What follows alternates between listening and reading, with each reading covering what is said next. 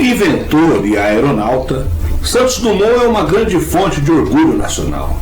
Aqui no Brasil, ele é considerado como o pai da aviação devido ao seu histórico voo com 14 bis em 1906. Em novembro daquele ano, o mineiro pilotou sua máquina voadora pelo campo de Bagatelle, em Paris, diante de uma perplexa plateia de mais de 1.000 pessoas.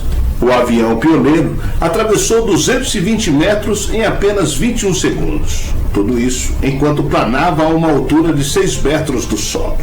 A proeza rendeu a Dumont o primeiro recorde homologado da história da aviação. O mérito reconhecido até hoje pela Federação Aeronáutica Internacional, a FAI.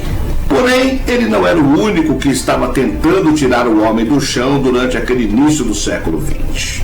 Enquanto o mineiro maravilhava os franceses com as demonstrações públicas de suas invenções voadoras, os irmãos Wright trabalhavam em sigilo nos Estados Unidos para tentar decifrar os segredos por trás de um voo bem-sucedido. Tanto é que em 1903, 3 anos antes do recorde de Dumont, eles realizaram o primeiro voo com uma máquina mais pesada que o ar. O detalhe aqui é que foi utilizada uma catapulta para auxiliar na decolagem, enquanto 14 bis sairia do chão por meios próprios. Até hoje existe a dúvida. Afinal, quem realmente inventou o avião? Os irmãos Wright ou Santos Dumont? Eu sou o Sidney Góes e você está no Placebo. Vem comigo, que no caminho eu te explico.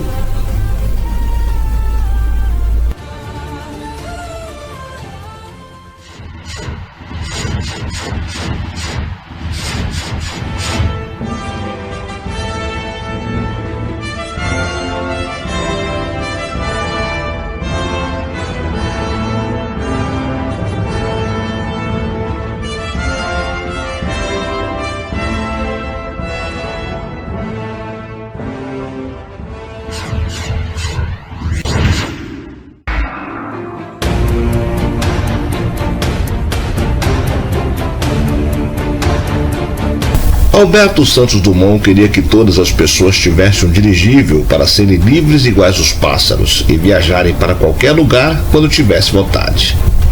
O mineiro, nascido em Palmira em 1873, sonhava com balões grandes e flexíveis, transportando pessoas entre Paris, Rio de Janeiro, Nova York e qualquer outro canto do mundo.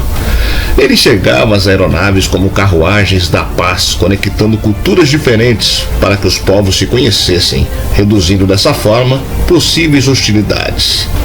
Uma das figuras mais importantes da história do Brasil, quiçá para o mundo, completaria 150 anos de idade dia 20 de julho de 2023, Alberto Santos Dumont. Um exímio aeronauta, esportista, autodidata e inventor brasileiro. Ele é conhecido amplamente pela alcunha de pai da aviação, sendo responsável pela criação do primeiro avião da história, o 14 bis, além de ter sido o primeiro homem a voar. Sendo filho do engenheiro e cafeicultor Henrique Dumont com Francisca de Paula Santos, desde pequeno demonstrou grande curiosidade pelo mundo ao seu redor. Graças a isso, quando adulto, se empenhou em ser um inventor, tendo realizado diversas façanhas além do primeiro avião. Santos Dumont estudou engenharia na França, onde aprendeu conceitos que seriam fundamentais para suas inovações. Seu conhecimento técnico permitiu que ele aplicasse princípios científicos em seus projetos. É importante destacar que na época em que Dumont era vivo, o Brasil ainda se encontrava em processo de desenvolvimento, de forma que a infraestrutura aeroespacial da Europa, em especial da França, o berço da inventabilidade na época, se demonstrava muito mais avançada. Por isso, o exterior foi onde o brasileiro encontrou a oportunidade. Ele tinha acesso a mecânicos qualificados, materiais avançados e equipamentos de ponta, o que facilitava seus projetos e experimentos.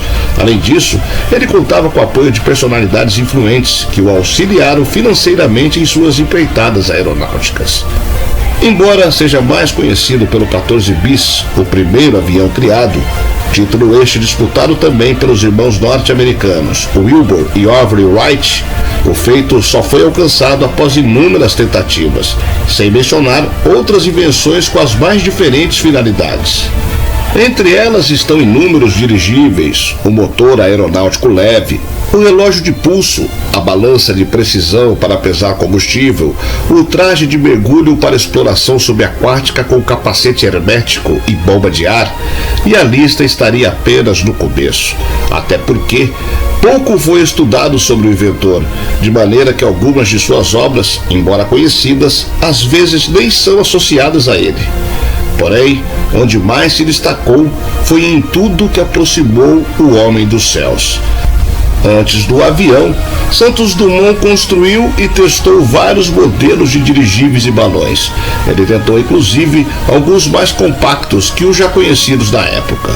Esses dirigíveis mais compactos ajudaram a aperfeiçoar seu entendimento da aerodinâmica e controle, além de fornecerem valiosas lições práticas.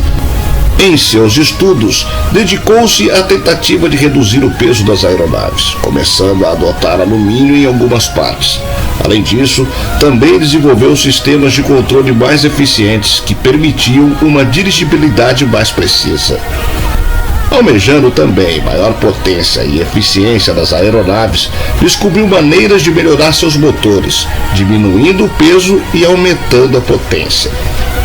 Já para compensar o aumento na velocidade, o controle também precisou ser melhorado, e Dumont fez o trabalho completo. Ele desenvolveu um sistema inovador que permitia ao piloto controlar a direção do dirigível de forma mais precisa, o que aumentou a segurança e a capacidade de manobra durante o voo. E foi assim que um curioso e criativo brasileiro chamado Santos Dumont entrou para a história ao realizar um sonho inerente à humanidade: voar.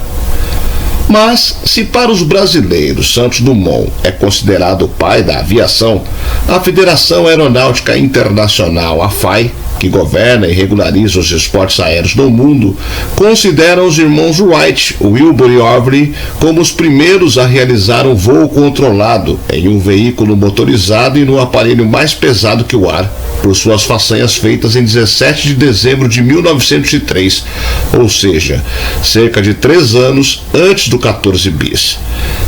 Importante ressaltar, porém, que a FAI considera o 14 bis, que teve uma decolagem autopropulsada, como a primeira atividade esportiva da aviação. A ocasião, inclusive, foi acompanhada de perto por civis e jornalistas. Porém, a discussão sobre o pioneirismo da aviação não acontece fora do Brasil. Os irmãos Wright são universalmente considerados os inventores do voo moderno.